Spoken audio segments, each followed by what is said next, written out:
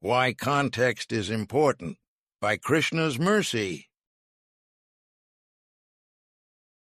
Gurorapyavaliptasya karya karyamajanatah utpatham pratipannasya karyam bhavati shasanam. Quote, even a guru becomes worthy of punishment if he becomes arrogant, cannot discern between what is to be done and what is not to be done, and goes astray from the path of righteousness. Lakshmana speaking to Lord Rama, Valmiki Ramayana, Ayodhya Kand, 21-13.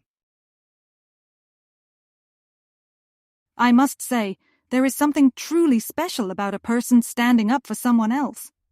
At least from my perspective, I like seeing it. I am impressed. I am inspired to follow. I do not mind if people offend me. That is fine. I can shrug it off. But if I see an innocent person who bears no ill will towards anyone being mistreated, there is this rage that builds up inside of me. If you ask me, that is why that one politician climbed the ladder of success so quickly. They said things in the public space that others have been saying for years. They are really no different, except in their delivery. They have this confidence to them, bordering on arrogance. In response, the opponents try everything they can to destroy this upstart. Your average citizen who was barely paying attention sees everything happening. They feel the new politician is being treated unfairly. They decide to jump to their defense. If the opponents had simply left well enough alone, no one would have even considered voting for this person, who was otherwise known only for their success in the business world. Anyway, this is all to say that I really appreciate some of the defenses established in the sacred texts of the Vedic tradition.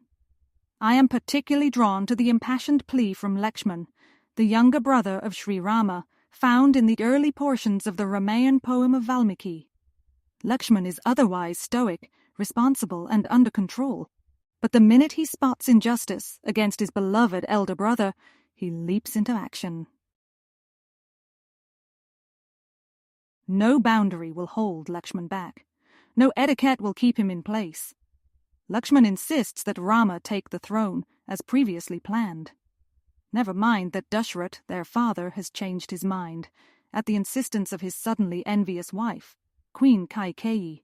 Never mind that Rama has no issue with the new plans, which call for him to leave the kingdom for 14 years. Never mind that Rama wants Lakshmana to stay back, to remain in the kingdom of Ayodhya, to keep an eye on things and to alleviate the suffering of the chief queen, Kausalya, who is Rama's mother. Lakshmana proposes mounting a coup. He cleverly constructs supporting arguments. One of them is that a guru, who is the spiritual guide, can be worthy of punishment if they suddenly fall off the deep end, so to speak. Though they are like a coach, they can still be disciplined. If they become arrogant, if they lose their way, if they no longer can distinguish between right and wrong, then the disciple can turn the tables. Lakshmana made this argument to support the move of going against Dashrath in applying force if necessary. Now, I totally get the sentiment here. I understand that there are attachments involved. I get it that Lakshmana would never harm someone unnecessarily. But don't you think a person can get the wrong idea by accessing such statements? You have many so-called gurus of recent times later exposed as cheaters. Their abusive offenses finally see the light of day. The victims are upset. Some of the disciples break the bond. They sever ties with the guru. If those same people happen to read what Lakshmana said to Rama, wouldn't they consider violence? Does that not present a dangerous situation? Formerly, these sacred texts were retained within memory by scholarly sages and adept students, learning at the feet of their esteemed teacher. There is a category of literature known as smriti. The literal meaning to the word is that which is remembered. Though held within the memory bank, the information was never shared capriciously or without proper consideration. The candidate disciples would be tested. There would be a review period. The initiation took place to formalize the period of training, such that there was appropriate seriousness brought to the table. Today, the cat is essentially out of the bag. Anyone can pull up an artistic depiction of the Supreme Personality of Godhead, be it in statue form or a painting.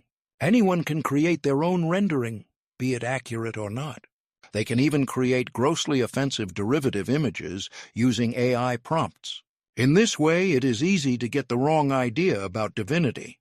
There is increased vulnerability to cheating and exploitation. The Sanskrit words describing Lakshmana's argument are also found in other sacred texts, like Skand Puran and Mahabharata, but with a notable distinction. The premise is the same, wherein the hypothetical is the guru losing their way. The conclusion is a little different, though. The response from the disciple is to reject the guru. There is no mention of punishment. Lakshmana has his say on the matter, but he is in the occupation of a kshatriya. He is an administrator of the law. Gurorapyavaliptasya karya karyamajantah utpathe vartamanasya parityago vidhiyate. Quote, even a guru becomes fit to be rejected if he becomes arrogant, cannot discern between what is to be done and what is not to be done, and goes astray from the path of righteousness. Skand Puran 6.1-278-88. The expert spiritual guide will be able to bring the appropriate context to not only this situation, but to virtually all aspects of spiritual life. Even Bhagavad-gita can be misunderstood as condoning senseless and needless violence. The premise of that conversation is a lack of a desire for retribution. Arjuna is something like a conscientious objector. Through the counsel of Sri Krishna, he decides to carry forward, but with detachment. Moreover, in the case of Lakshmana, the judge being petitioned did not agree to the motion. Rama appreciated the gesture, but the decision was not altered. Rama left for 14 years. Lakshmana went with him. That show of devotion could not be suppressed.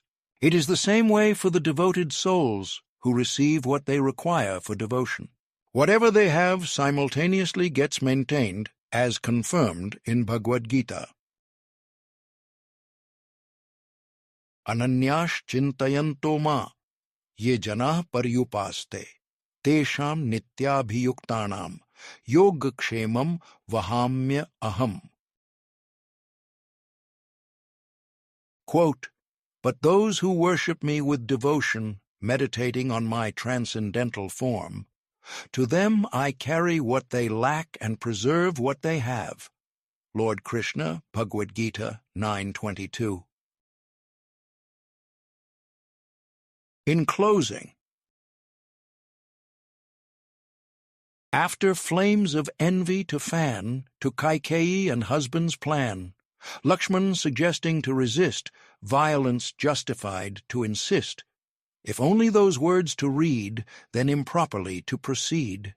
Even with Gita, the conclusion reaching, truth improper in context teaching.